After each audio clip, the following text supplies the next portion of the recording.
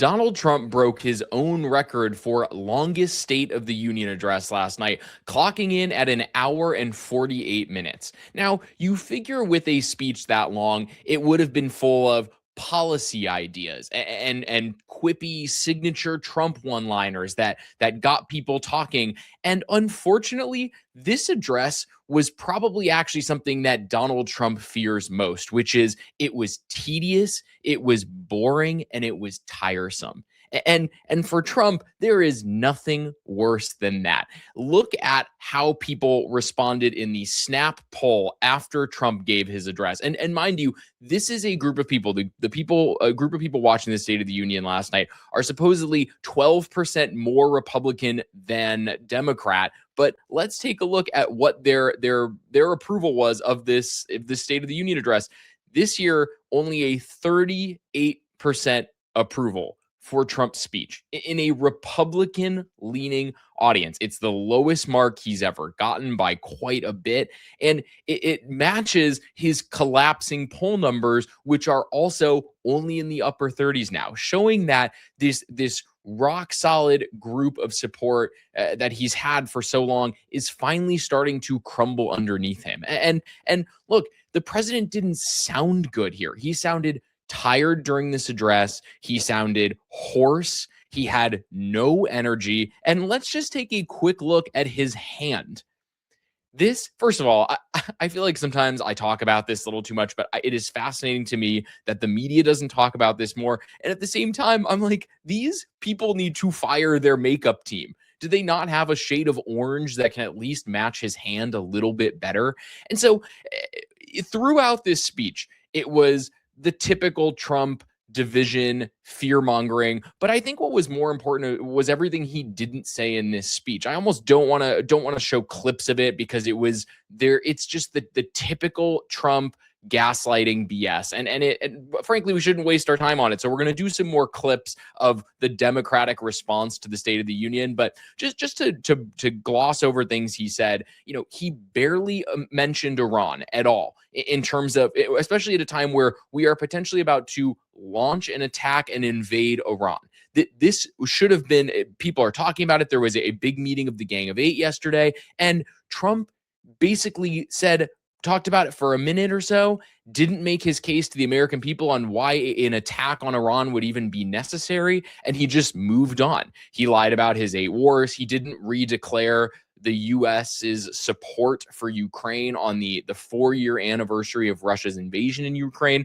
And what is even crazier to me is of this entire speech, he did not talk about the affordability crisis, according to NBC News, for any longer than 2 minutes. That is the core focus. If you look at any of the polling in the country right now, in the high 60s, low 70s, that is the number one concern of the American people. And he spent 2 minutes talking about it. And instead, he spent a disproportionate amount of his time talking about immigration, which once his signature issue is no longer, because of what Americans are seeing every single day with aggressive and violent ICE deportations and what they are doing to the American people as well. So he focused on an issue that he's not popular on right now, didn't provide any sort of backup or interesting policy idea for how he's going to tackle the affordability crisis. It was just typical Trump showmanship and lies, and it didn't work. And so I do want to get into the Democratic responses for this. Abigail Spanberger, the governor of Virginia, who won her election last year by 15 points. She's definitely a kind of strong, moderate Democrat within the party right now. She gave the response to the State of the Union. And I want to kick off with, what she focused on, which is what the American people care about right now. Let's take a look. And I know these same conversations are being had all across this country. Because since this president took office last year, his reckless trade policies have forced American families to pay more than $1,700 each in tariff costs. Small businesses have suffered, farmers have suffered, some losing entire markets. Everyday Americans are paying the price. And even though the Supreme Court struck these tariffs down 4 days ago, the damage to us, the American people, has already been done. And she's right. If anybody gets tariff refund checks, it will be corporations who have already gotten huge tax cuts, who have already passed the cost of tariffs onto the American people. So those corporations that already overcharged us might get their money back. The American people won't. Donald Trump has been talking about giving refund and tariff checks back to the American people for basically since D-Day in April last year, and none of it is materialized, of course, because he will do that and he will promise these things in order to try to get a few more people to turn out to vote in the midterm elections, but he will never follow through on the actual promise because he doesn't care about helping the American middle class whatsoever. And there was another, Pete Buttigieg also was on a number of channels last night and stayed laser focused on the issue of affordability as well. Let's take a look. Certainly the day one promise of his presidency is, I will make things more affordable for you. He's come in, he's done the opposite. And by the way, it's not only that he has tried and failed to cut prices or cut inflation, that would be bad enough, but it's that he's actually actively increased our costs. And you can't trick people about that. Look, about $1,000 a household is what his tariffs cost the average American household last year. And maybe to him and his billionaire allies, the kinds of people who got most of his tax cuts, maybe that's not a lot of money, but of course to most Americans $1,000 is a lot of money. You notice that in your family budget, and you can't be tricked about that. And this is a good point here. The president and his allies and his cabinet are so out of touch that they don't, and to actually correct Pete, it's actually closer to $1,800, which is what the average tariff increase was on the average American household last year. Average middle class Americans feel that. That could be a couple months of your grocery bills or a month of your grocery bill if you're a larger family. That is a meaningful part of your economic well-being every year. And to the president and his allies who are rich billionaires, just got the biggest tax cut ever, they don't feel that. To them, that is chump change. It is not to average Americans. And that's the problem, is the president proposed absolutely nothing on how he was going to lower costs for Americans in this address. He didn't move the needle at all. He didn't foster unity. He didn't convince anyone that he's actually capable of improving people's lives. And on top of that, the policy goals he listed in this address were all focused around helping Republicans maintain power. It was all about needing to support ICE deployments, which, as we all know, the administration is thinking about deploying around polling places for the election. And he pushed the SAVE Act over and over again because he wants to disenfranchise voters. So, he can disenfranchise traditionally Democratic voters during the midterms this year. And Raphael Warnock, senator from Georgia, talked about this in an interview last night. Let's take a look at it. Americans are literally being disappeared off of the streets by masked men jumping out of unmarked cars.